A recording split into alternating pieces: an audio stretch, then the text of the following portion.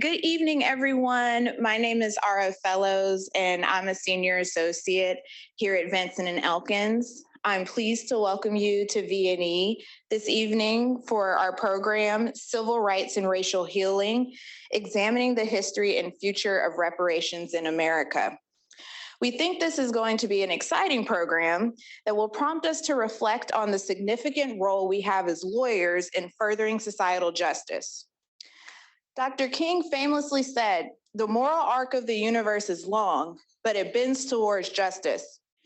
And I think people a lot of times take a deterministic view of this and think, oh, well, society will just keep getting more fair and more just and more equitable, because that's what history has always been, right? Just a long march towards progress. But programs like this remind us that the moral arc of the universe is not fated towards justice. Progress is won when people roll up their sleeves, get their hands on that arc, and tug. And so our work tonight and moving forward is to continue this dialogue, educate ourselves, and to commit to collective action, because that's where our power lies. That moral arc bends towards justice a lot quicker when we work together. And you and me, my friends, we're the benders. So thank you all for attending tonight's program. And with that, enjoy the film. Hello, everyone. Thank you so much for attending both online and in person. My name is Peggy Lee. I'm the Director of Chapters at the American Constitution Society. I also serve on the D&I Committee for the AABA of Houston. I am so honored to welcome Dr. Marcus Anthony Hunter to this program.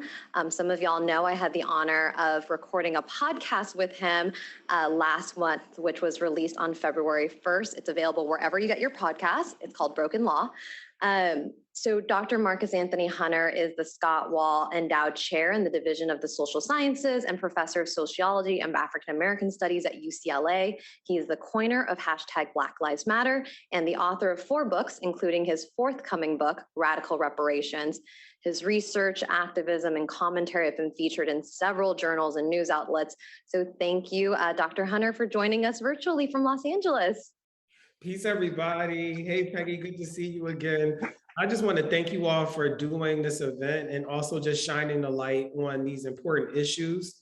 Ahead of my time with you all, which I know is very brief, I wanted to share some remarks that are, as they say, hot off the presses from my book, Radical Reparations, which I think crystallizes a lot of the ideas, a lot of the content, and a lot of the issues that are ahead of us with some insight.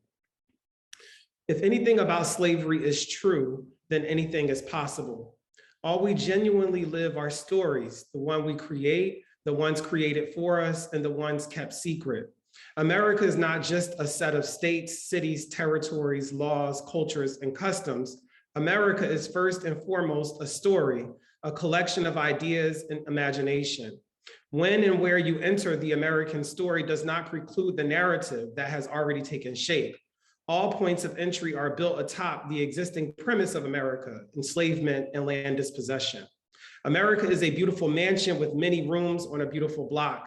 Gleaming beauty from the outside, America on the inside reveals a different story. So thoroughly impressed with America's exterior, those who enter inside are often aghast. Across this many rooms are piles of wall-to-wall, dirty, filthy laundry. Piles on piles, flies swirl above and below the piles. The stench and filth surrounds you until you no longer notice it. And though there seems to be no room, more piles emerge as you find your spot inside. Piles everywhere. 1, political reparations, restorative and reparative, historically informed advocacy, transforming government and political representation and participation. 2, intellectual reparations, the purposeful and public recognition and acknowledgement of the creations, inventions, and ideas of formerly enslaved people and their descendants. 3, legal reparations, restorative justice and racial equity established and authorized in laws and policies. 4, economic reparations, pecuniary and/or monetary assistance, subsidy, restitution, and debt relief. 5, social reparations, restoration and repair of the social contract to end racism and mindsets premised on racial and ethnic hierarchy, thus affirming the dignity of human beings. 6, spatial reparations, a restorative and reparative geography of social, economic, and political opportunity, particularly for those displaced and dispossessed by American slavery and their descendants. And 7, spiritual reparations, the purposeful and intentional recognition, representation, and recovery of the religious and spiritual cosmologies, practices, and beliefs harmed and lost in the triangle slave trade and American slavery. Within these 7 forms of reparations or piles, we can unlock a new foundation and new pathway to truth, love, justice, and freedom in America and everywhere Black people are heretofore, also known as what I call radical reparations. Our divinely manifested and shared humanity has been the original promise and bond that enslavement and land dispossession disfigured. We can and must heed the domestic and global calls for comprehensive repair, racial healing, equity, and truth. As challenging as the work ahead may appear, it is nowhere near what our ancestors endured. If we can begin to acknowledge and unlearn the false premise that diminishes reparations simply as a racial problem, then we achieve the new untapped radical awareness of it instead as what it truly is, a fundamental, urgent human crisis in need of redress. When Black people were chained, held captive, tortured, kidnapped, raped, bought, and sold, our collective humanity was too. Slavery is not just an aspect of American and global history. It is a founding premise of the current human condition. Therefore, a radical reparative justice frame is always already based on rescuing and restoring the soul of humanity. For the human race is the only true race that exists. Europeans imported and exported a global distortion of the ancient system of primary colors to subjugate Black people. Black as a color was perverted into something other than the powerful foundational hue that manages to absorb all other colors while maintaining its integrity. White juxtaposed Black, the color white then elevated at the expense of red, yellow, and blue and their purple, green, and orange children.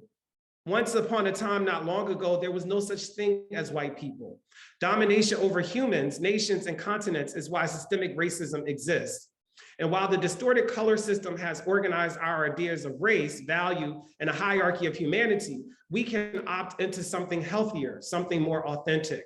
We can return the system into balance. What is distorted can always be healed, for it is an underlying pain that hides and controls our sense of the future, revealing only unverified and useless fears of one another. May the truth and what is possible serve as a new lighthouse to guide us into the purposeful and collective work needed to build the world we know is possible. A world where we embrace and accept the harms of the past, leaning into it not to blame or shame, rather to build and construct a new infrastructure of love and freedom that balances and replaces the old and existing systems of racism and human hierarchy with systemic equity and systemic humanity, continuously working to repair and reconcile the sins of a system, country, and people while long gone are still with us. I think here we can begin. Thank you so much for your time, and I'm so glad and blessed to be before you.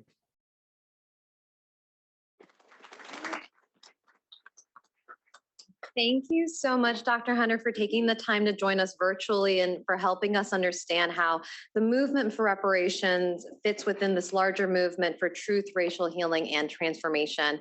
And I want to thank you to all of our attendees. I don't know if the folks on Zoom can see, but this is a pretty full room. It's really good to see the top half of your faces. I think I know who most of you are. But thank you. First we want to thank the Asian American Bar Association of Houston, the American Constitution Society Houston Lawyer Chapter, the Houston Lawyers Association for collaborating to host this event. I also want to thank our sponsors, Vinson and Elkins LLP, AZA Law, Mayor Brown, Smizer Kaplan and Valeska LLP for supporting this program. We wouldn't be able to put it together without all of y'all, so thank you so much. So before we start, I do want to make a quick disclaimer. ACS is a nonpartisan 501c3 organization. The hosting organizations don't endorse any candidates or political parties. Views expressed by the speakers reflect their individual opinions and should not be attributed to ACS, ABA of Houston, HLA, or the sponsors.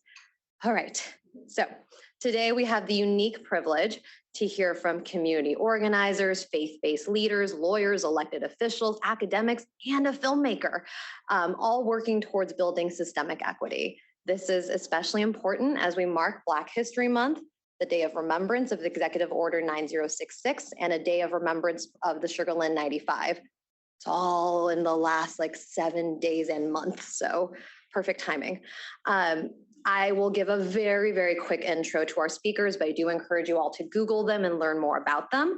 So John Asaki is on my right. He's an award-winning filmmaker who has directed and produced promotional, educational, narrative, and documentary films, including the documentary you just watched. Professor Lori Benai is the director of the Fred T. Korematsu Center for Law and Equality at the Seattle University School of Law and served on the Korematsu Quorum Nobis team that overturned Fred Korematsu's 40-year conviction. Reverend David Sincere Jr. is the pastor at the Fort Bend Transformation Church. He also started the Advocacy Now Institute in 2017 to address the systemic issues that negatively impact economically disadvantaged communities. And the furthest from me is Ms. Robin Cole. She's the president of the Society of Justice and Equality of the People of Sugar Lynn.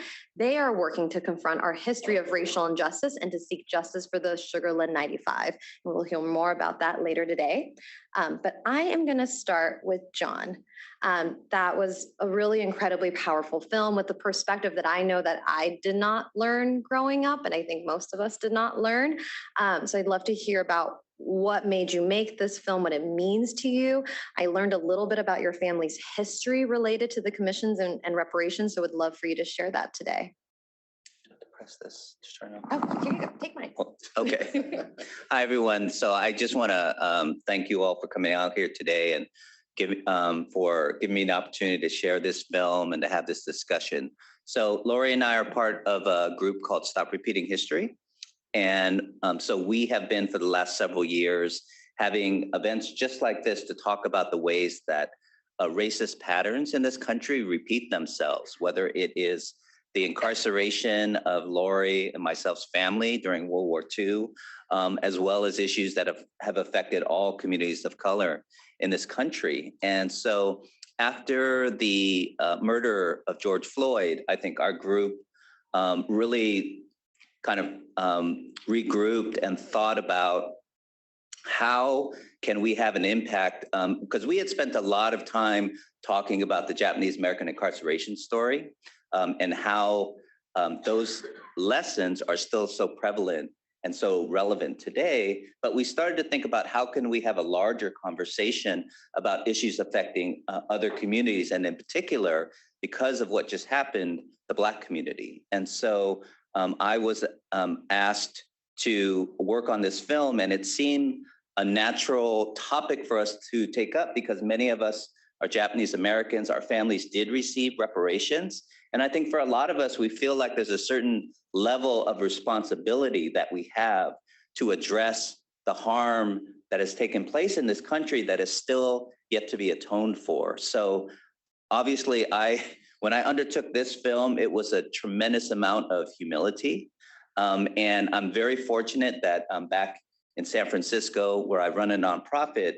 I have longstanding relationships and have worked in partnerships with the Black community for a long, long time. So I was able to call upon leaders from the area that I'm from who are just incredibly generous in sharing their knowledge, sharing their insights, and to make this film possible. And it was really a way, what we hoped it could be is a way to really inform other communities, right? To really share with them what this is really about. Because going into this project, I knew a little bit about the Black reparations movement, but the individuals that I had the privilege to interview for this just taught me so much. And I think our hope was to really share that with as many folks, as many communities as possible. And it's very personal for me because, my father and mother were both incarcerated during World War II. And in 1981, this United States government, through the Commission on Wartime Relocation and Internment of Civilians, held public hearings, right? And that was the first opportunity for former incarcerees to share their story. And it was incredibly emotional. And so for my father, he initially was not sure he wanted to attend. He was a little ambivalent about it, but eventually he made his way to one of those hearings. And he shared with me and my family a couple times that he spent almost the entire time listening during that hearing with tears streaming down his face. And that it was incredibly healing for him to hear the stories of our community and what they went through, to go through the process of there being acknowledgement by this government, and through redress and eventual reparations. And as I was working on this film, what I couldn't help but think is, you know, that reparations is so much about healing, and why wouldn't we want to heal this country? Thank you so much, John. I'll come back to you later in this panel. So Lori, I am going to ask you to tell us more about Japanese incarceration, but I do want to hear if you had any reflections on John's film or what he just said. I really appreciate John's ability to teach us, what I learned about the legacy of slavery, how it's been passed on and generations later, about how this country still has benefited from all of that, that the labor of enslaved peoples, all of that. And in addition, particularly for me, I'll just echo what John says about being Japanese American. Of course, slavery and the legacy of slavery is entirely different in kind and in scope from the incarceration of Japanese Americans. But I will say that one of the things that I really appreciated out of John's film was a message about how we're all in this together. The same systems that have served to dehumanize Blacks ever since slavery have been used to dehumanize other people of color, Asian Americans and other people of color in this country. And if you look at some of the original cases, the Chinese American immigration cases, it talks about Chinese being these vast hordes of kind of yellow peril coming to infect the country.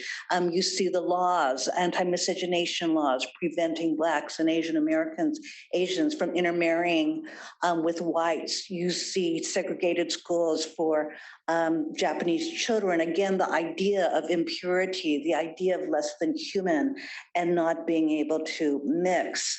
Ta-Nehisi Coates called the issue of reparations about citizenship, and that really struck me because I think our history as Asian Americans has also been about non-citizenship and being excluded from the incidence of citizenship and full participation in this country. And so I often think about the Japanese American incarceration as the ultimate exclusion after a history of exclusion. When my parents, John's parents, grandparents, aunts and uncles, my mother was a 16-year-old high school student, and my father was a 22-year-old just starting out in his career at the time. Their families were taken away.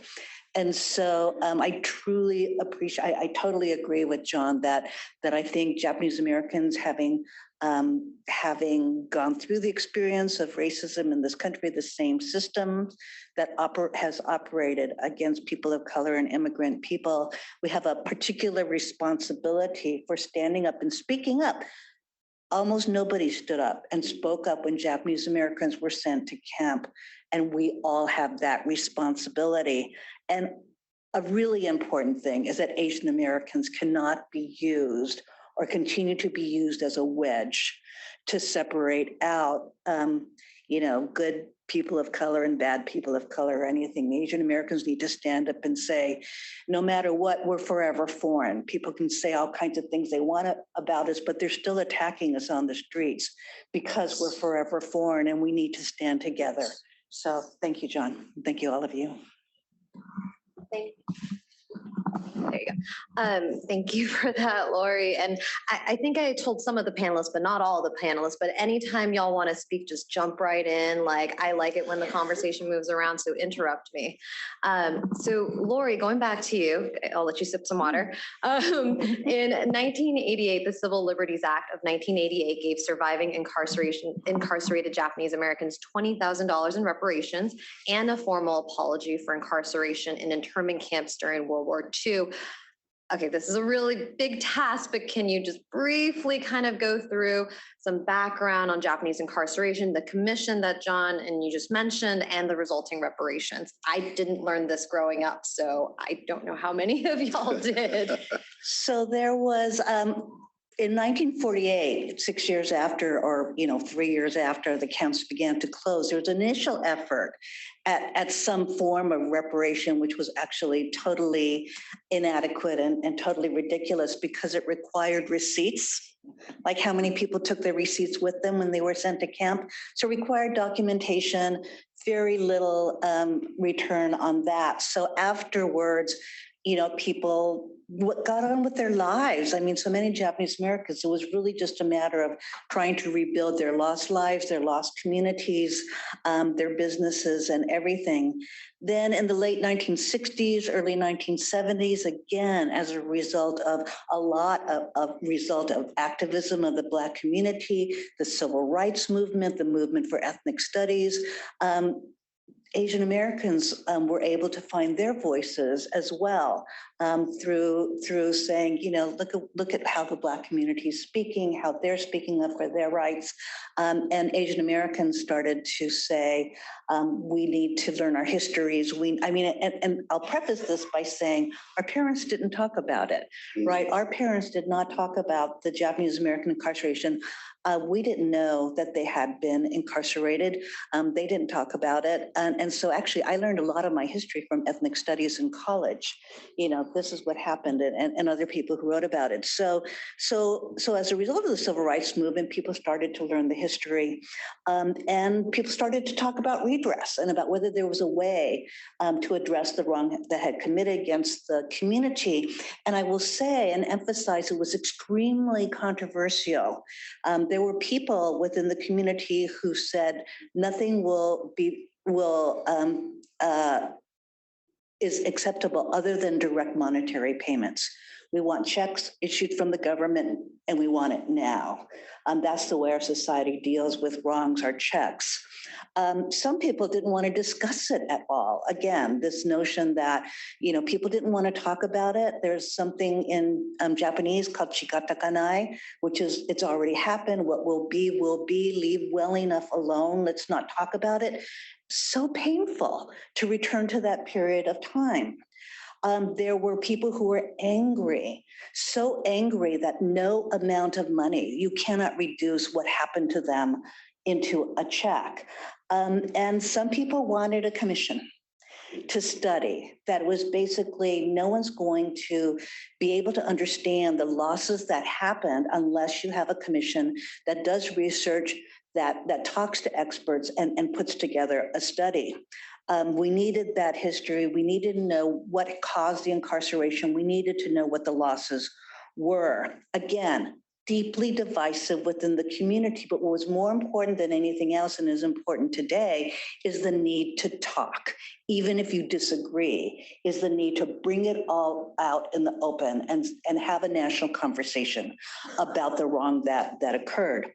Congress ultimately appointed a commission, as John said, the Commission on Wartime Relocation and Internment of Civilians, really long names these commissions have, that did exhaustive research, hundreds of thousands of government documents, legislative, executive, military testimony taken at hearings all over the country from experts, from government officials, from lawyers, from psychologists, and testimony, the most moving testimony from those who had been incarcerated, talking about how they were taken from their homes, talking about the loss of their communities, the loss of their freedom, the loss of their dignity, the loss of family structures, the loss of opportunity, and all of that, and their children talking about intergenerational trauma. That was hugely impactful, as John said, for our community, mainly also because our parents never talked about it. So initially, a few people came forward to speak at these hearings, but once our parents saw other people speak, then they wanted to speak too. And it became a real cleansing moment for people to be able to tell their stories and to feel like they were being heard. There's a commission report called Personal Justice Denied. It's a fat report. It will be minuscule compared to the report that comes out on Black reparations. But that report concluded, the commission concluded that the incarceration was the result of race prejudice, war hysteria, and a failure of political leadership, and recommended a national apology and $20,000 per surviving person who was incarcerated. But by that time, of course, many had passed away. There was extensive lobbying afterwards for appropriations, because you get the law passed, but then you've got to get appropriations. The first redress checks were issued in October 1990. But one thing I really want to emphasize that I think was very critical was an education fund that was created by Congress. So that has created pieces of art, films, plays, books, memorials. It's funded restoration of some of the camps that are out there that people can visit. It's funded curricula projects that can be used in schools, and those have been incredibly important. In addition, on the state and local level, Washington and California have had their own education funds that are still in existence, and people can still apply for them. And at the even more local level, universities have granted honorary degrees to Japanese Americans who were forced to leave their educations. Cities and counties have had days of remembrance.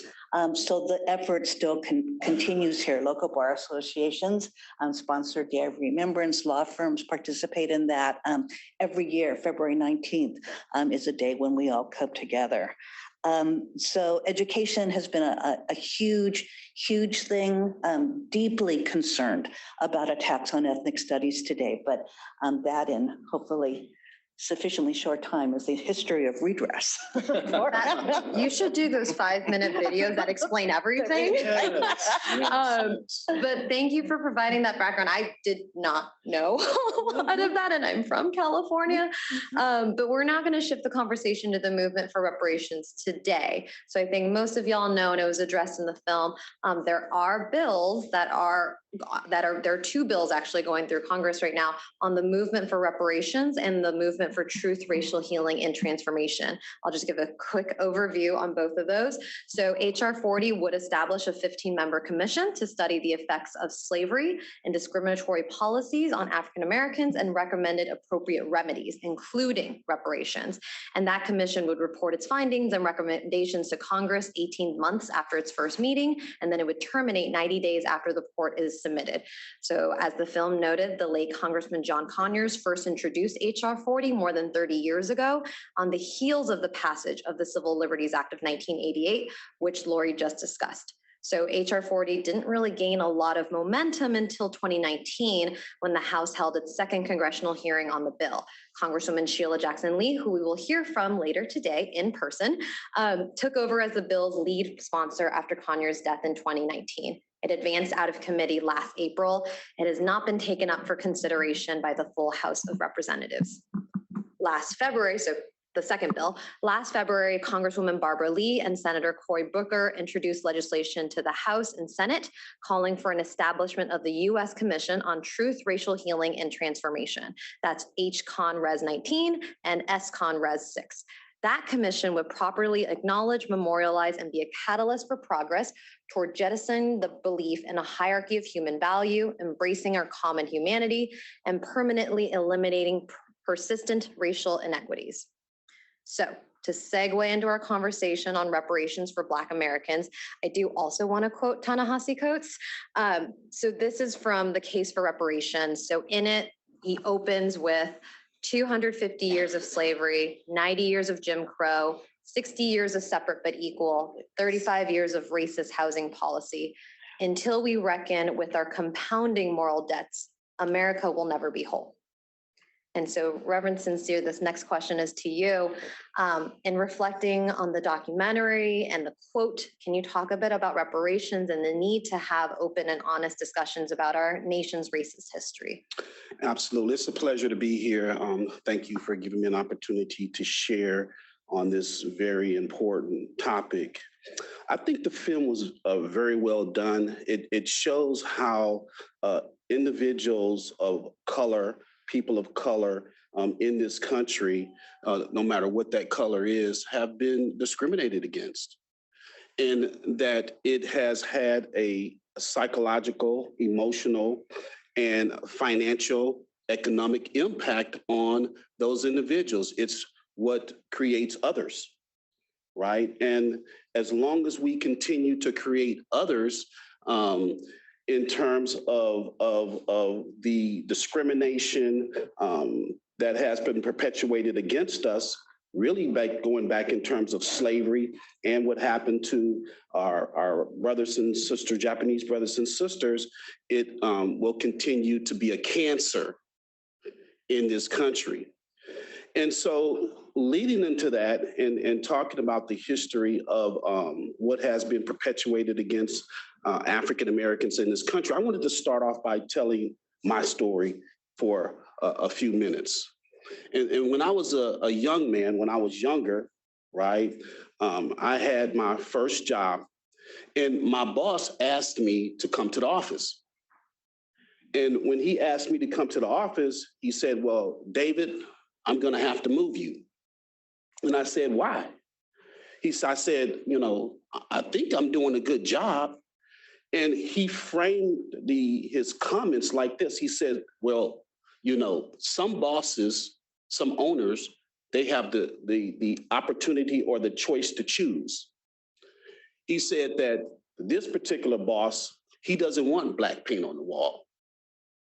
He wants white paint on the wall. And so what he was in translation telling me is that that particular owner did not want African Americans working in that particular position at that particular location, so I'm going to move you somewhere else.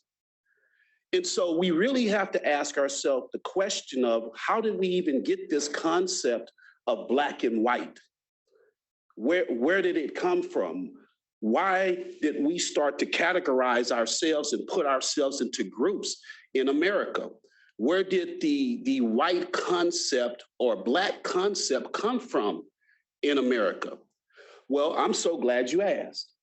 When we look at what happened in 1676 at Bacon's Rebellion, we know that we had, in 1611, we know that we had indentured servants come here, white indentured servants come here. We know that we had slaves arrived here in Jamestown, and we know that we had the elite, right? And so Bacon and those poor indentured servants, as well as the slaves, they rebelled, right? Bacon's Rebellion. And in that rebellion, they basically took over the town.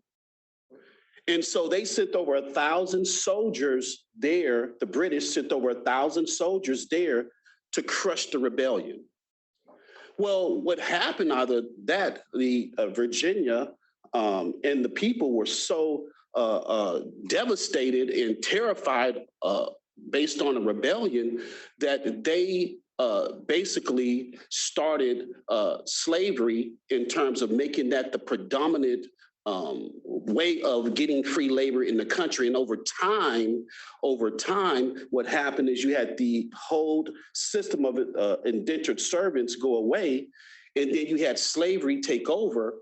And what the white poor people were told was that you will always be over the black slaves, right? And so over about 120 years, you started creating this class, you started creating this whole idea of blackness in America and what that represents and what whiteness represents, that even the poor white people would be over the slaves and that the elite would be over everyone.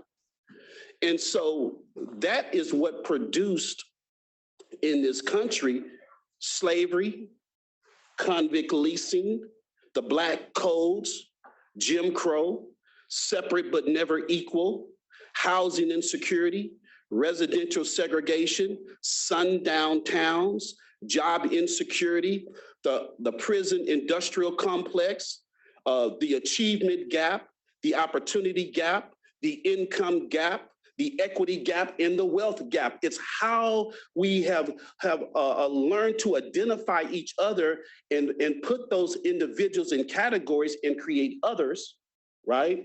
Create others so that a small group could exploit another group for their benefit. And that's what we've been facing in this country. And so when we talk about the social construct and the exploitation of Black people in this country, we know that African-American Black people in this country slaved and they built this country, but we have not really gotten credit for that. Right? Y'all, everybody agree?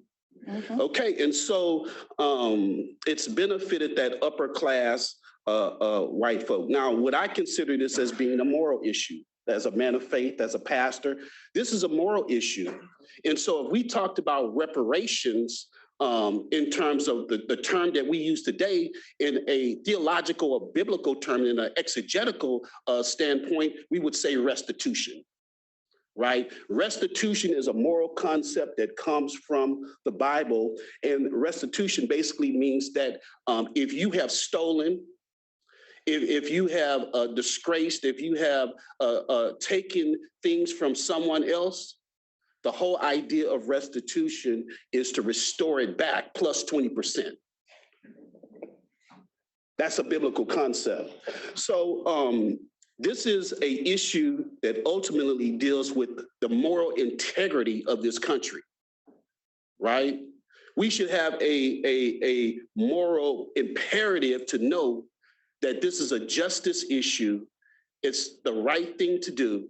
And if we don't do it as a nation, if we don't actualize and be mindful and admit the stories of what has been perpetuated, if we don't realize that Black history, Japanese history, Latino history, it's all American history, then ultimately we will lose ourselves, continue to lose ourselves, and be morally impotent.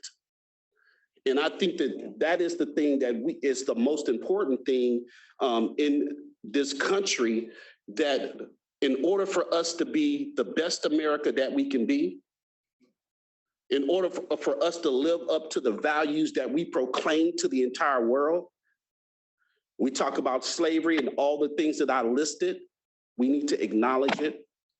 And we need to deal with it so that we can heal.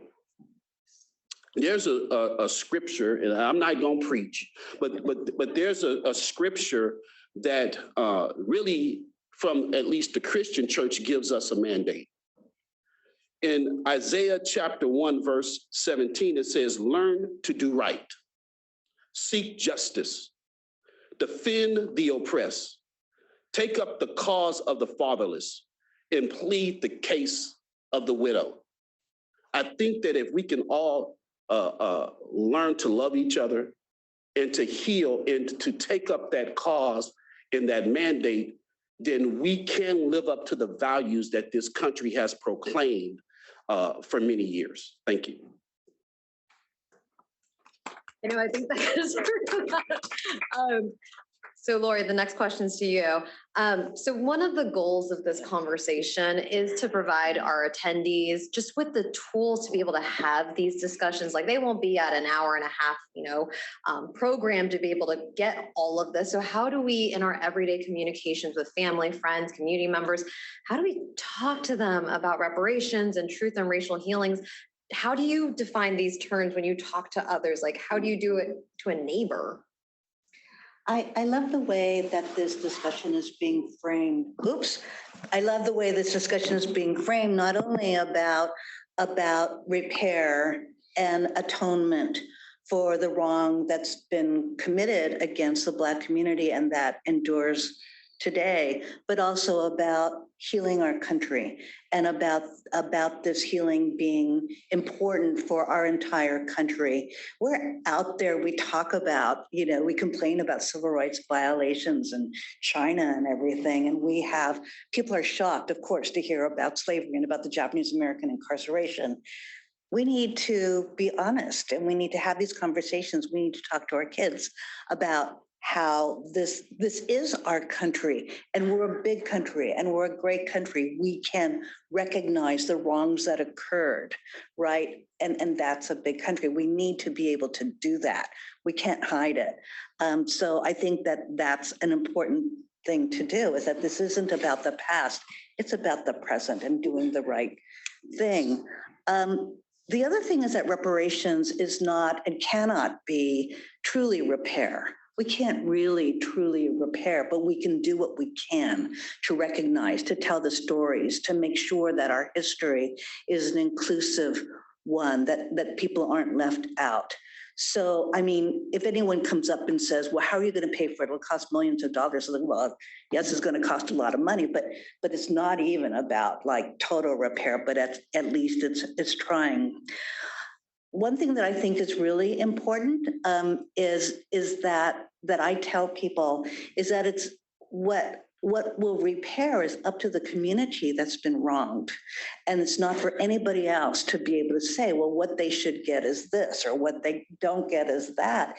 That's not, it was up to the Japanese American community what would work, right? Or what would at least attempt to address. And so what's really important is, I think what happened with the Japanese American community is to hear the voices, hear the stories from the Black community, hear about the wrongs that have been passed down, the injuries that have endured, and let the country hear that. And that's what's really, really important. And that when it comes time for figuring out remedy, don't start arguing about remedy right now. Don't say we can't have the conversation because it's going to cost too much. It's like, have the conversation, talk about the wrong, hear the stories, and then think about remedy. And so I think what I would tell people is let the conversation be had. You know, let people bring this to the forefront. We have a terrible race problem in this country. Everybody will agree with that. We're not going to address it by not talking about it. I think what's really, I'll say a couple of things, is not really about money. I would really make that point to people. It will never be enough. $20,000 was not enough to compensate for the losses to the Japanese American community, but it's a very meaningful symbol. And of course, some people could really use it. An apology is not enough, but it's essential. I mean, I think some people talked about how the apology was, Satsuka, talks about how her mother had the apology framed on the check, kind of like sitting on the table, but the apology meant a lot. So I think that has to be recognized. But I think, again, going back to the notion of citizenship, I think a full-throated embrace of a community that's been so terribly wronged is essential, and full-throated embrace, again, legally, legally, emotionally, psychologically, in all of those different ways, I think is really what reparations is about. So, John, the next question is for you. As reflected in the film, it was really, you don't see this as often as you should. So thank you so much for representing this in the film, but seeing Japanese American activists mobilizing to support the push for Black Americans and the push for reparations. I want to talk a little bit and hear from you a little more about the critical role that solidarity plays between communities in acknowledging and addressing systemic racism in America. Sure. So before the program started here today, I was sharing with Reverend Sincere that I run a child and youth development nonprofit in San Francisco. And we were started almost 52 years ago by students who were part of the Third World strikes at San Francisco State and UC Berkeley. And what was so significant about that moment in history was that it was Black Americans, Asian Americans, Latinx Americans, Native Americans coming together to demand acknowledgement for their individual histories, right? And they're acknowledging how our experiences have been so unique in this country. And that spirit of working together led to ethnic studies happening throughout this country. And it really changed the trajectory of America in so many ways. It empowered communities in so many different ways. And so I think that as the Stop Repeating History team were recalibrating, thinking about what was happening around us, it became crystal clear that we are only going to make significant progress in addressing systemic racism by working together, right? And part of the way that systemic racism works is those who promote it want us only in our communities, listening to each other and speaking on behalf of ourselves, right? They don't want us working together. They don't want us lifting each other up, speaking on behalf of each other and the issues that each of our communities care about, because they realize, and I point to this example all the time because it's come up over and over again in my research, is that I always make the point that so that when my organization was created from the student strikes, the governor of California at that time was Ronald Reagan. And why I think it's so significant is, first of all, the strikes enraged him. But I think he learned an important lesson during that time in that he saw the power of communities working together and what it could lead to.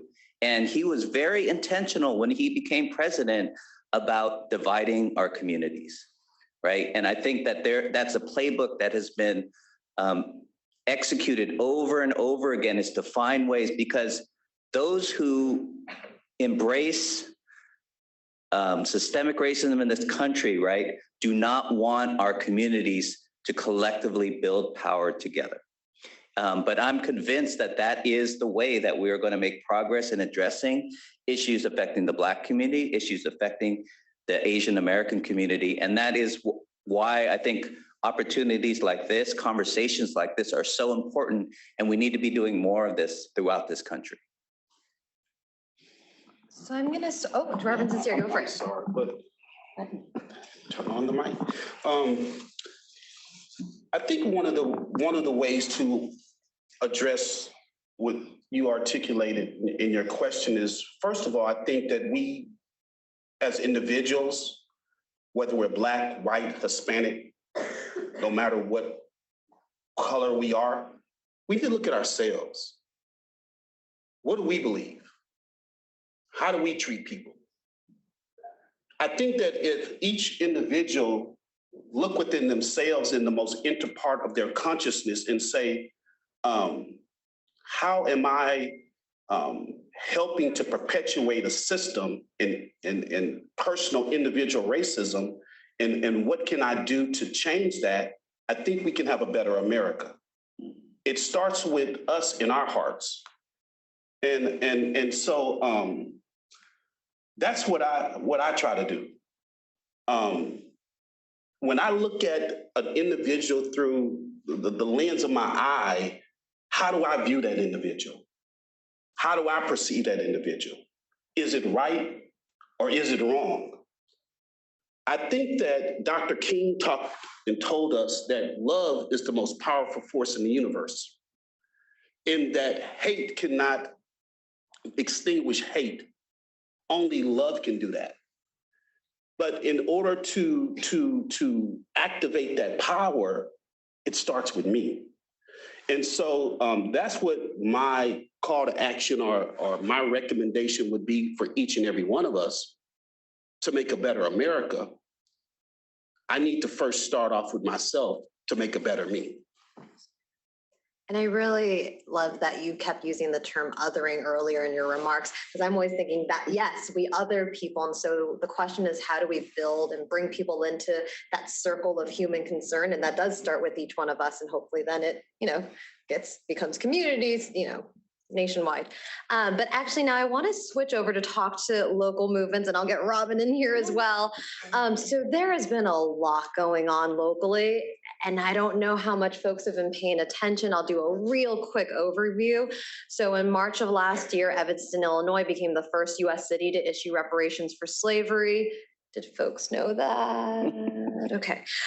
So rather than instead of giving direct payments of reparations, they gave residents funds for home repairs and property costs.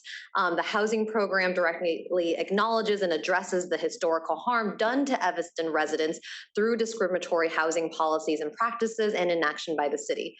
In California, Assembly Bill 3121 was enacted in the fall of 2020, and that established a 9-member task force to study and develop reparation proposals for African Americans. So the purpose of that task force is 1, to study and develop reparations proposals for African Americans, 2, to recommend appropriate ways to educate the California public of the task force's findings, and 3, to recommend appropriate remedies in consideration of the task force finding. So the task force is going to issue 2 reports. The first one will be out this June. It will be a through line from 400 years of oppression to current day consequences. It'll be of hundreds of pages. It'll have 12 different parts. I'm not going to name them all, but do look out for that report. I think that's going to be it'll be breathtaking, and it'll be, I think I remember reading that John was saying that it'll be like the Kerner Commission, but for today's day and age. If you don't know what the Kerner Commission is, please go Google that as well. Part 2 of the report will be released in June of 2023, and that will discuss the definition of reparations and examples of reparations, responsibility for paying reparations, forms of reparations, and so on. But like Lori said, we need to start by doing the research and learning about the history and having that conversation. There are several other local movements that are happening. So the Maryland Lynching Truth and Reconciliation Commission. There is a Mayors Organized for Reparations and Equity program. I think this one made the news. The movement at Georgetown University, which has also taken steps toward reparative justice, thanks to the work of student leaders there. There's also a movement for reparations for Indigenous peoples for the occupation of Native American land. And there are more. I don't want to give you more little lists, but Princeton's Bridging Divides initiatives has a great map that maps out support for truth, racial healing, and transformation. So if you Google Princeton Bridging Divides, truth, racial healing, transformation, you can check out that interactive map to see what's going on all across the country. But now we will switch over to Robin. So to continue this conversation on looking local, I'd really like to pass the mic to Robin Cole, the president of the Society of Justice and Equality for the People of Sugar Land. Robin, can you tell our audience about the work that you do at SOJAS, the Sugar Land 95, and the goals of SOJAS? And cue to our tech people, this is where we need the PowerPoint slides. Thank you.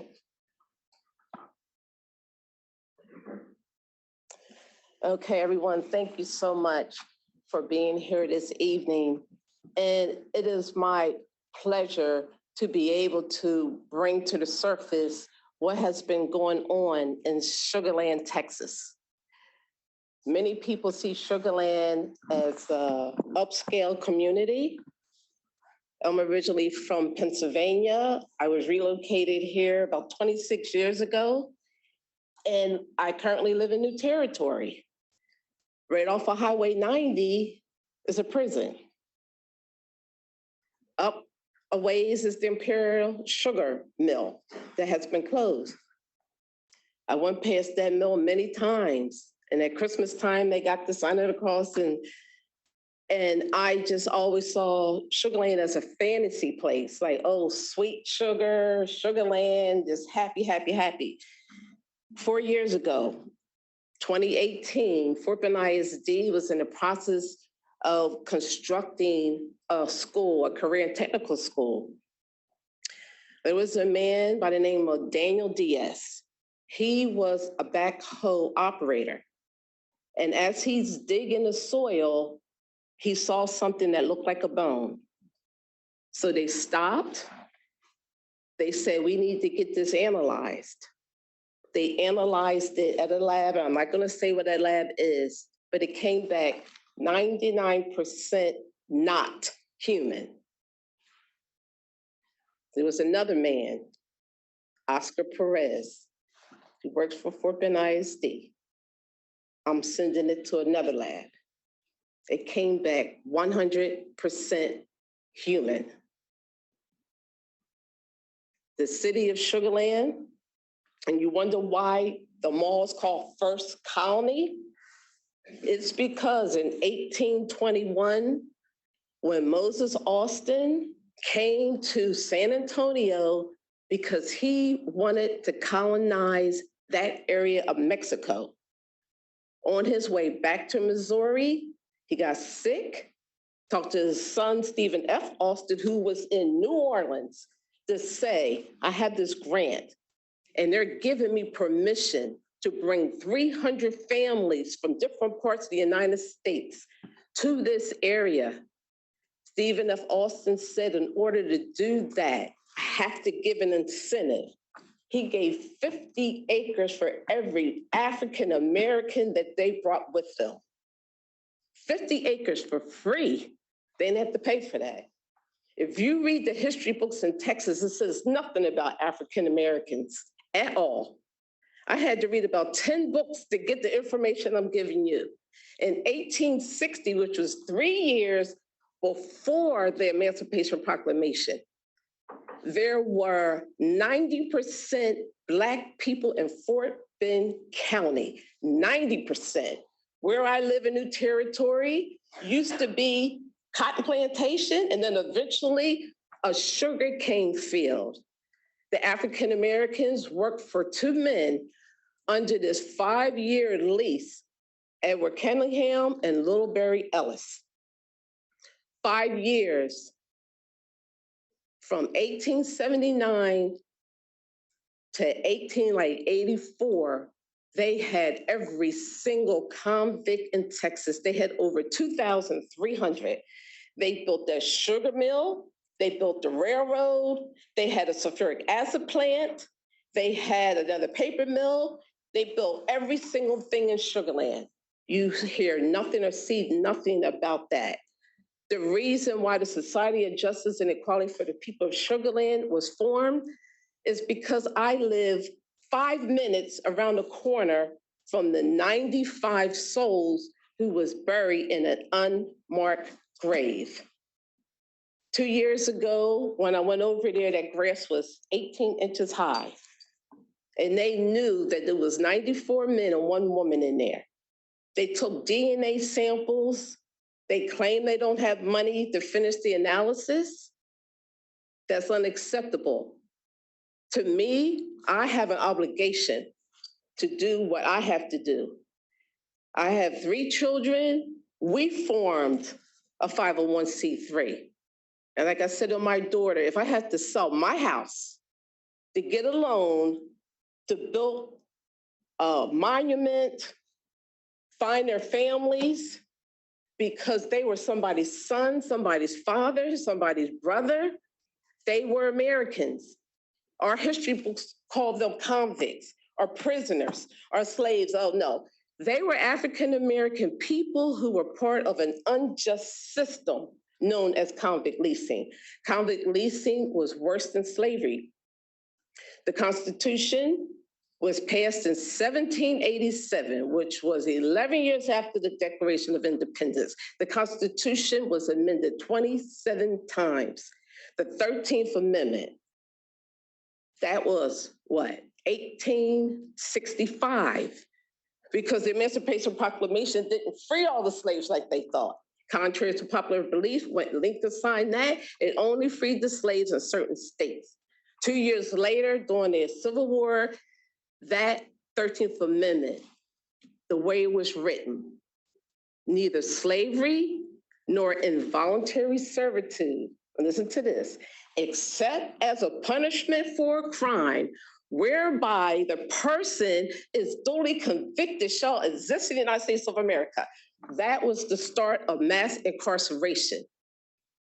In 1871, there was a meeting right here in Fort Bend County, and they're like, you know what? Our revenue's drying up. People were set free, the farms, everything is going down. They gave a lease to these 2 men in Galveston for them to lease African-American men. They leased them because they could not find people who's going to work in a sugarcane plantation. That is the worst than cotton, tobacco, corn combined. These people, if you read books like One Guy Gets Another, the Sugarland 95, the youngest one was 14 years old. Except as a punishment for a crime, the crime was if you were an orphan, if you were homeless, if you was on the wrong side of the street, if you stole something for $1, your punishment was 4 to 6 years hard labor. They weren't all from Texas. They were from Georgia, Tennessee, New York. They lasted from 2 weeks to maybe like 10 months. They never had a chance to go back home to their families. That's why we formed our organization. We are going to raise funds. We have faith the size of a mustard seed. And we're going to just have people who want to help us. And it's not just money. If you're a grant writer, if you're someone who doesn't mind, social media is all about truth telling. The truth needs to be told in order for us to heal as a community and heal as a nation. And that's why we are here. David was one of our board members. David has brought us to the next level with the interfaith community. We have 6 other volunteers. We're somebody's mother, father, grandmother. We're not getting paid for this, but we're working with Commissioner Rodney Ellis and Commissioner Kinder Merchant, Fort Bend ISD Superintendent Christy Whitbeck, because we know we have to do this together. It has to be the community, state, federal. We have to do this together because those 95 people have a right to be reunited with their families. Thank you.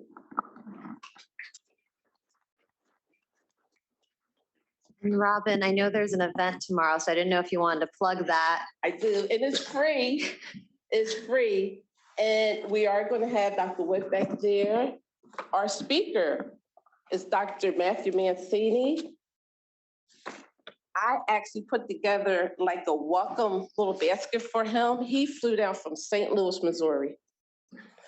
He's staying in Sugarland at the Hilton Garden Inn, and I call myself going over to leave him a welcome to Sugarland basket. And who do I run into but Dr. Mancini? I was so happy to see him. I said, I'm so honored you're here. And he said, no, I'm honored to be here. So please, if you have 2 hours in your time tomorrow, please come out. Right now we're at 250 people, and we do have snacks. It's being sponsored by ATD. And it's going to be eye-opening because I don't want to give too much away, but I have 4 Their Kappa Alpha Psi fraternity. My son and 3 of his fraternity members, they're going to bring 4 of the Sugarland 95 to life. So you're going to hear about 4 of the ever men tomorrow, because there's a 520-page report that Fort Bend ISD has out there. And they found 78 of the 95, but they don't know which grave belongs to them because it's like unknown. If you go over to Sugarland, in the cemetery, it's unknown. They have markers now. But we want to make sure that we understand who belongs in which grave so that when their families are reunited with them, they can go to that location to pay respect to their families. So please. Thank you so much, Robin. You're and you welcome. can go to the SOJES website for folks who are online and can't physically attend. It's sojes.org. Yes. Okay. So Reverend Sincere, I'm sorry to go to you after that, but I know we were preparing for this program and you talked a little bit about convict leasing in the Houston area too. So I want to know if you had any reflections on what Robin said or anything else you wanted to add. Yeah, absolutely. Unfortunately, the convict leasing system was a Texas convict leasing system. And so in the neighborhood that I live in, I went back and I started studying the history of Siena, formerly known as Sienna Plantation. And there were 500 slaves that worked that land. And then after slavery was abolished, there was 150 convict leases that worked that land. This was a part of the economic system that fueled the economy. And so, many places have grave sites that's been covered by subdivisions, golf courses, stores, and all of that. And so, even in my neighborhood, and we probably live about 25 minutes from each other, convict leasing was a big part of what made Houston wealthy. Two of the former mayors of Houston own the land that I currently live on. They own that land. And Mr. Waters, on that land, one of the former mayors of Houston is the one that had the 150 convict leases on that land. And it helped to build wealth for the Houston and surrounding area. Thank you so much. And I see that our wonderful closing speaker is here. I know all of our speakers have advice and would love for y'all to take away some next steps. There seems to be a lot of opportunity for positive change right now. And so to help our attendees take advantage of this movement, can y'all give really quick next steps for folks before I introduce Congresswoman Sheila Jackson-Lee? Any order, Robin? Yes. So the loophole that I recited that's in the 13th Amendment is still in there. So next steps can be to write to your congressman or woman to say, because that loophole continues to enslave our people today, 2022. They continue to work for free in the prison system. One of the things that you can do is just get involved in some area. There's a lot of different areas that you can get involved in. One of the things that Advocacy Now do is we mentor 130 kids in a 94% economically disadvantaged area. We're dealing with housing insecurity issues, job insecurity issues, and we're leading the charge concerning juvenile justice reform in Fort Bend County. And so there's a plethora of different things you can do. You can write letters, you can get involved, you can mentor kids, you can help sit in courts like we've done and advocate for parents that have been exploited concerning housing and evictions and all that kind of stuff. And so just let your mind and your imagination run wild and just get involved. Just like this program we have here, educate yourself about the movement for Black reparations, educate others, ensure that our children and our college students are educated, act locally to ensure that we teach an inclusive history of this country, and resist efforts to clean classrooms of the diversity of our rich history and to deny the wrongs that have been committed in our society. Vote. I think we know how fragile our right to vote is, how we need to exercise our right to vote, how we need to make sure people are registered and transported to the polls and all of that. And I say before, when Japanese Americans were incarcerated, almost nobody stood up. And it's so important to just have every single person stand up and do what we can. So I would just say that I think it's so important, as Reverend Sincere mentioned, I think it's so important that we each find our way, right? We each find the thing that we can do to promote dialogue, to really talk about, really difficult issues. My way was making a film that I'm grateful I'm taking all over this country. And it's challenging for me as an Asian American to enter into conversations about the Black reparations movement, but I feel like it's so important to stand up for each other. And I just have to mention that our colleague back home, Attorney Don Tamaki, is who's also part of the Stop Repeating History team. He is the only non-Black member of the California Reparations Task Force. And if you know Don, he's very nervous about putting himself in situations that he's uncomfortable with, but he put himself out there because that's how important he felt it was that there was an Asian American who was part of this process, who was supporting it and was bringing the information out to the rest of the community. So really, I think it's so important that we each find our way to make progress in this country. Thank you, everyone, for providing those next steps. And I'll just add, continue to learn. We're all constantly learning. We're all still growing. So continue to read. And if something makes you uncomfortable, you're probably doing something right. So I am now honored to introduce Congresswoman Sheila Jackson Lee, who has kindly offered her time to provide closing remarks for this program.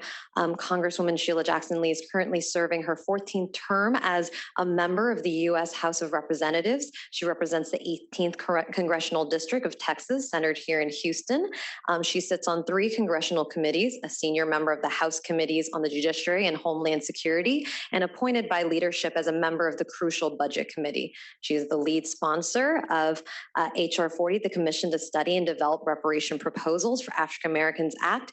Congresswoman Jackson Lee, the floor is yours. First of all, let me, we have certain, forgive me, we have certain ways that we have, and so I appreciate the flexibility, so I will have a stand-up podium. Let me first of all thank all of the panelists here for, I know it's been an outstanding and provocative presentation.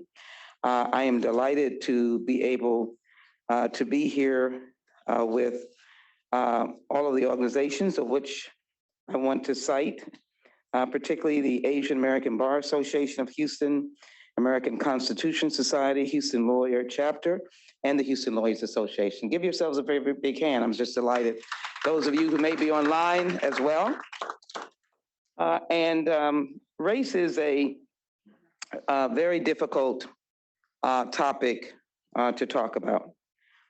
It is personal, it is sensitive, and I think the difficulty that I have are the people who run away from talking about race, which is the very reason why we're still struggling with passing voting rights that is not passed in the United States Congress, and as well to, we have not passed the George Floyd Justice and Policing Act. And I know that my good friend who's the vice president of the bar didn't mean for me to read that print about lobbying and all that stuff. I'm exempt. I'm going to talk about lobbying. I'm going to talk about throwing yourself down in front of a railroad tracks. Hopefully you'll get back up, but I'm going to talk about the fight. Because in actuality, if we're going to heal America, we're going to confront and have to confront the reality of who we are. And once we confront it, we have the opportunity for reconciliation, restoration, but most importantly, something that is considered a hurdle in the United States Congress and even in America, in spite of the great work that is being done in California, Governor Newsom passing legislation, creating a reparations task force or commission, the work that's been done in Evanston, the work that's been done in 42 cities with mayors like Mayor Garcetti of Los Angeles and many others who've committed themselves to reparations. Even with all of that, we find that the question of race is the most difficult challenge to bring America together. And I am delighted to be in this room because obviously there's an array of diversity. People are listening to painful episodes, and always where there is pain, there is healing. There is pain in litigation. It is tough. Discovery is grueling. Reading documents is almost, for those of us who've had that experience in large litigation cases, It is sometimes a route to insanity, but you have to do it. And after that pain, how sweet the victory is if you're on the victorious side, having gone through all of those documents, prepared these large cases, and you feeling that you are right and you win. I've had that experience in practicing. My early practice was in the old Fulbright and Jaworski, which has a totally different name now. And practicing in Washington, where I really had to read a lot of documents. It's painful. But I thought I would take a moment to do what maybe has already been done, and then talk extensively, but within this time frame. So let me move quickly, the few minutes that I have, to really try to capture, and let me thank the producer of the Reparations film. I don't think I've had the privilege of seeing it, and I would look forward to members of Congress and the Reparations Task Force having an opportunity to see it. So we will engage with you on that. Let me say one of the strongest supporters of HR 40 is former Secretary of Transportation, Mineta. He warms my heart because, one, he is historic and an icon, but he has a real life understanding of what happened to all of us. And he is as much a champion as many, many Asian Americans, Asian Pacific Americans, and others throughout the nation. So let me be very clear. We had a sharp divide just about 4 years ago that created the kind of toxicity that now we have to overcome. In the last presidency, we're being hit by COVID. For some reason, the previous holder of the office of president chose not to use the word corona, and in fact was caught striking that word out in speeches that were prepared by his staff, and continued to use the word when we talked about the coronavirus as the China virus or Kung flu. Certainly contributed to and inflamed minds that could not think differently. You know, it's a terrible thing when you are struck by ignorance. Not understanding what happened in Sugar Land, you're struck by ignorance. Not understanding the reality of 246 years of slavery, you're struck by ignorance. You're struck by ignorance to recognize that Asian Americans have been coming to the United States, and you may correct me, from the early 1800s, 19th century. And that this thing called racism and xenophobia only does us in, it does not enhance us and build us up. It was sad that Franklin Delano Roosevelt signed an executive order, 9066. I'm sure the ancestors of Japanese Americans know that number very well, 9066, which ordered the forced internment of 120,000 Japanese Americans. Before that, of course, there were an enormous number of codes and rejection of Chinese who came to this country. Rejection out of ignorance, out of jealousy over the gold mining, and obviously the building of railroads. I say this to say that compounding that history and lack of knowledge was the story of where we are today. But I'm very glad that in 1980, investigation that came about from the report of the Commission on Wartime Relocation and Internment of Civilians concluded the Japanese internment was primarily driven by racism and xenophobia, way back then. I'm very glad to say I was not in the United States Congress, but the chairman of the Judiciary Committee, ultimately John Conyers, the late John Conyers, was one of the strongest supporters in African American of that legislation, the American Civil Liberties Act, that was signed into law by President Reagan, a Republican. You see, there should be no party divide on curing racism. There should be no party divide on uplifting the richness of diversity and who we are as human beings, as historic figures, as people who have legacies. America is an experiment. We did not come except for the Native Americans, the indigenous people. They had no people. We made it up. We were the experiment that everyone in Europe was saying it won't last, even to the extent that there were prisoners that they sent to Georgia. That's the old story that they tell, that it was indigent persons that went to Georgia. We were not supposed to last. Look at us if we could only continue to prove. As I head out to the region of Ukraine, leaving tomorrow, listening to my president today really broke my heart because as you've been sitting here, President Biden has declared that he truly believes that Russia will invade Ukraine. For what? It is a human fracture that causes us to attack someone who is different.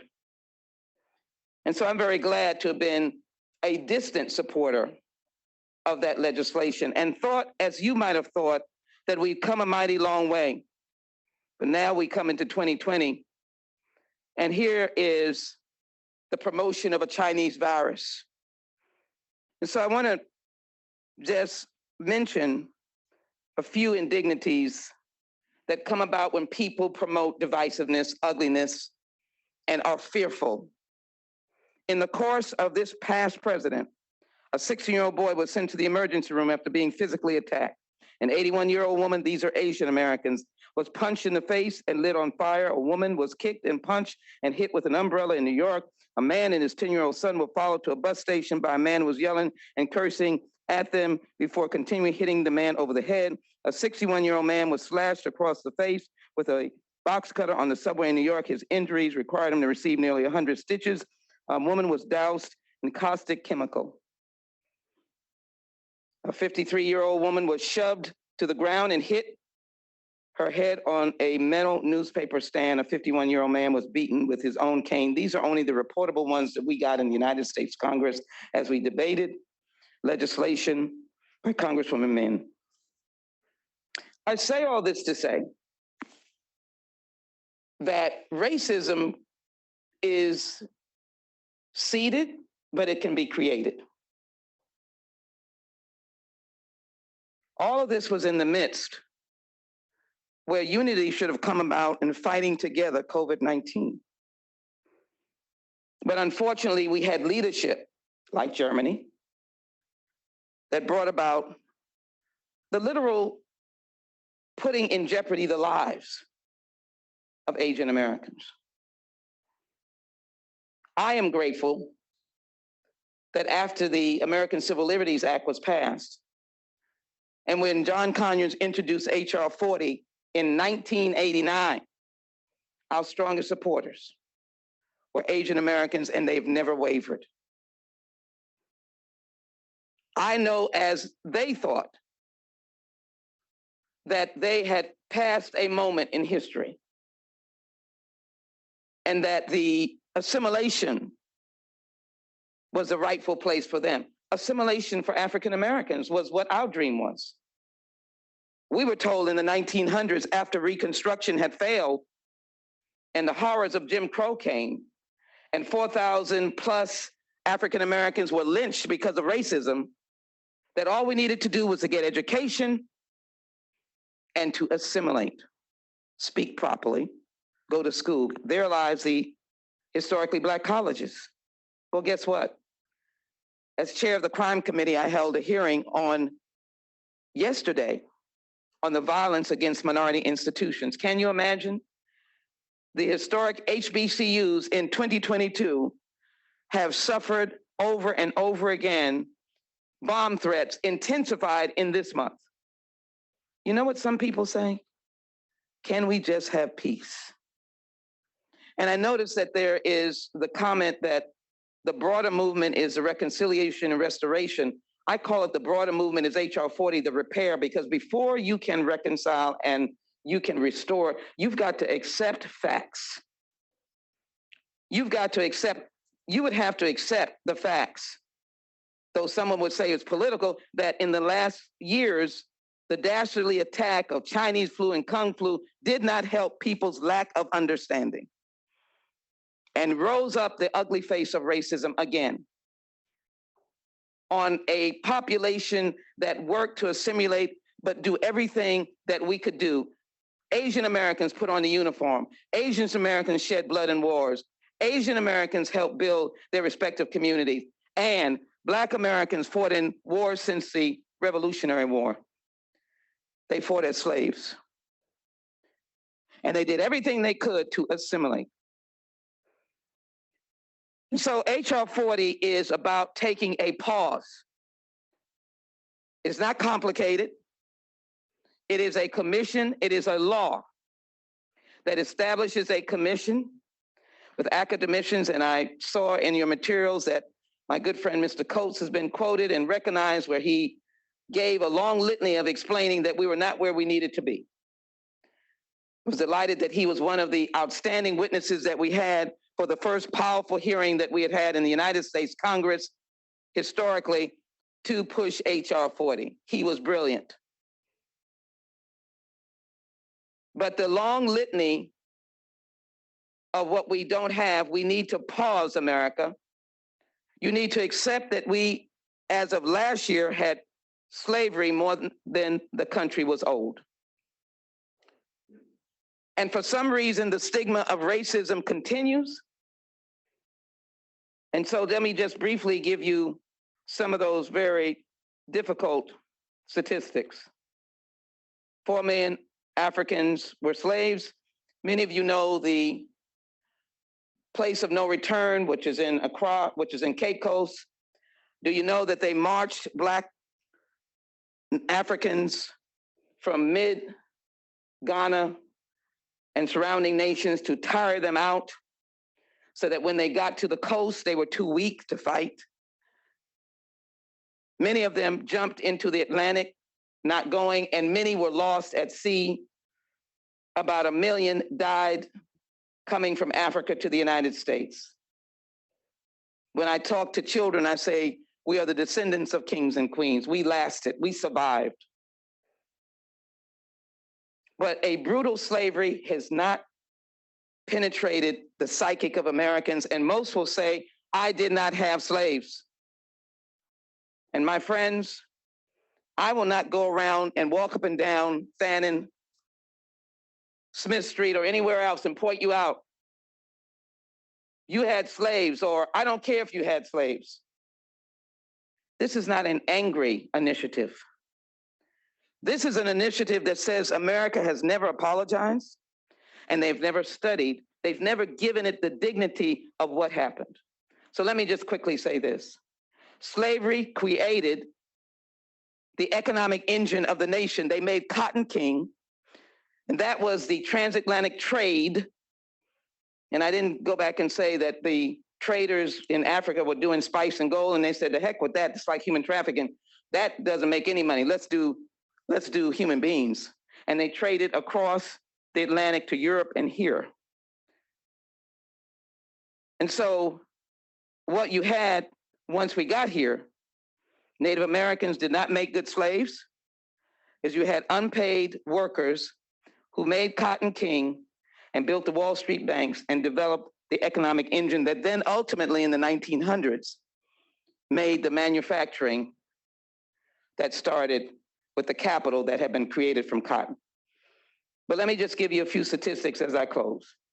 So here we are in 2022. It saddens me. There are constant stories that are being developed every year about some indiscretion tied to slavery. Insurance companies, the big ones, American General and others, have had a foundation in slavery. It is clear that many of the top universities' income was from selling slaves.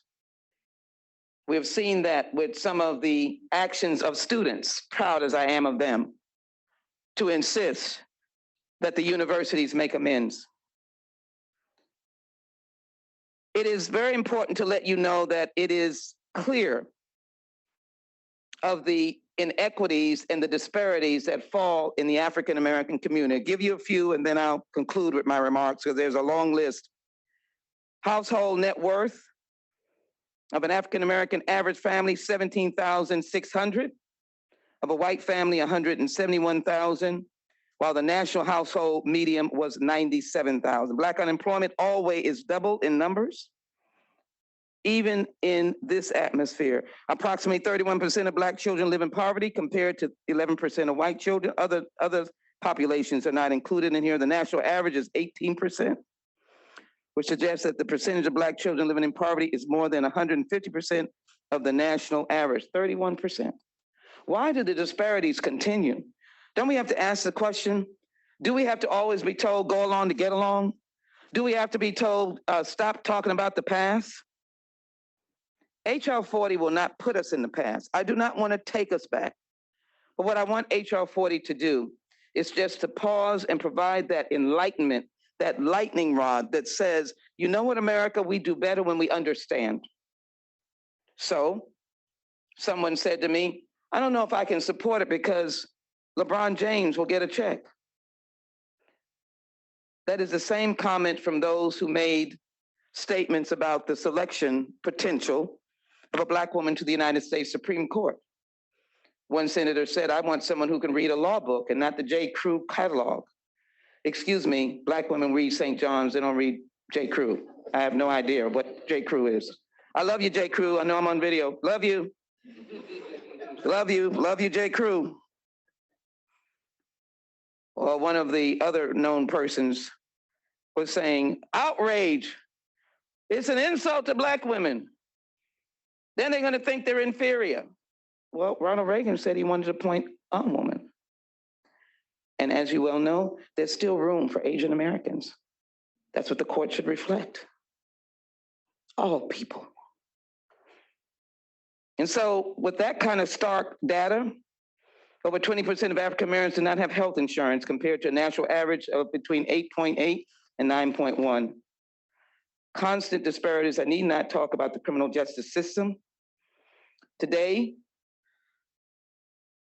certainly a human being, I'm not going to critique it, certainly a human being, received 2 years for the killing of someone's baby boy, Dante Wright. And I think there was a stark statement, and I won't even editorialize it. A crying mother talked about Dante Wright as a mother. She was crying. The defendant was crying. She was emotional. But this mother says that as she was crying, the judge was just looking. As the defendant was crying, the judge was crying. I won't get into the police, and I'll just say, we just want equal understanding of our pain. That's what I would expect. And if there's pain in populations that we don't know about, we should give it. So HR 40 is, I think, the appropriate legislation for these times. And in our hearing that we had yesterday on the violence against minority institutions, the president of the Southern Poverty Law Center said, this is the time for HR 40. And so I am so grateful that you have opened the book on reparations today. I am grateful to the Asian American Bar, Houston chapter, American Constitutional Society, Houston chapter, Houston Lawyers Association, for doing something absolutely rare. And I will make the argument that you can use your social media to continue to educate people that we don't come in anger, not even anguish. We don't want to push and to point. We want to bring, to educate, to seek understanding. If we pass HR 40 at the federal level, the world watches America and says they are truly different. Because repair is an international legal concept that reparations is. If you do harm, you must repair. It was done for our friends in the Jewish community of the horrors of the Holocaust, that some dastardly persons have the audacity to even question. And the attempt was made to be fulfilled with the American Civil Liberties Act, but there have been many other occasions. Never has there been the reckoning and understanding of slavery. I do many things, from crypto to science to budgeting to the crime science, to the crime committee, to Homeland Security. You do many things. You're multifaceted. But when they see you, they see a certain description. When they see me, they see a description. And I only ask that America gets to the point that welcomes our diversity, but sees us as Americans having the right and the righteousness to want to cure what is hurting our community. We may be fine, but what is hurting our community? What is hurting the first grader? What is hurting, and why is a 13-year-old, 11-year-old, and others being shot by guns? Are they in neighborhoods or conditions that put them there? I would think that America would want to be the shining example of the city on the hill. Can we ever come to that point of being the shining example of the city on the hill? What you've done tonight, I hope, is open some many eyes. And what I've done, I hope, is just to capture the action item to say why we can't wait. America cannot wait any longer to be able to be the example of what happens in a nation of such potpourri, that we can look to each other's ills, each other's concerns, and we can actually, oh, that's a big mountain to climb. We can actually capture the words of Dr. King. I love them. I've been to the mountaintop. I've seen the promised land. And right before his death, he said, I may not get there with you, but I know that we as a collective people will get there someday. That is the America that I think we continue to fight for. I'll never give up. I am an internal optimist, loving the work to keep pushing the envelope and trying to use whatever powers I have to give each and every one of you justice when you come to seek justice, because that's what America is. Read the Constitution. The Declaration is the promise, and the Constitution is the fulfillment. Thank you all so very much. God bless all of you, and God bless the United States of America. Thank you so much, Congresswoman Sheila Jackson-Lee. And that is the end of today's event. So thank you to the Asian American Bar Association of Houston, the American Constitution Society Houston Lawyer Chapter, Houston Lawyers Association. Thank you to our sponsors, V&E, AZA, Mayor Brown, and Smizer Kaplan. And have a wonderful evening. And before you do that, can I present this to the representative of the Houston Lawyers Association? Yeah, of course. Okay.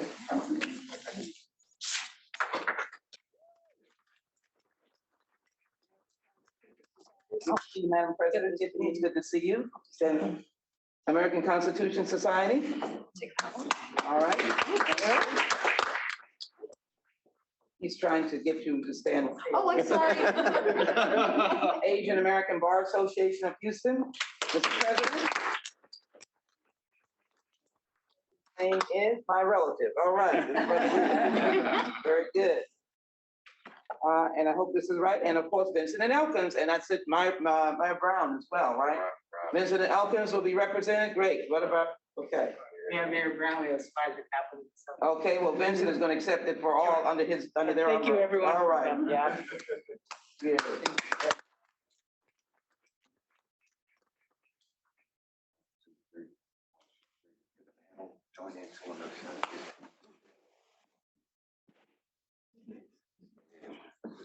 Slide over this way.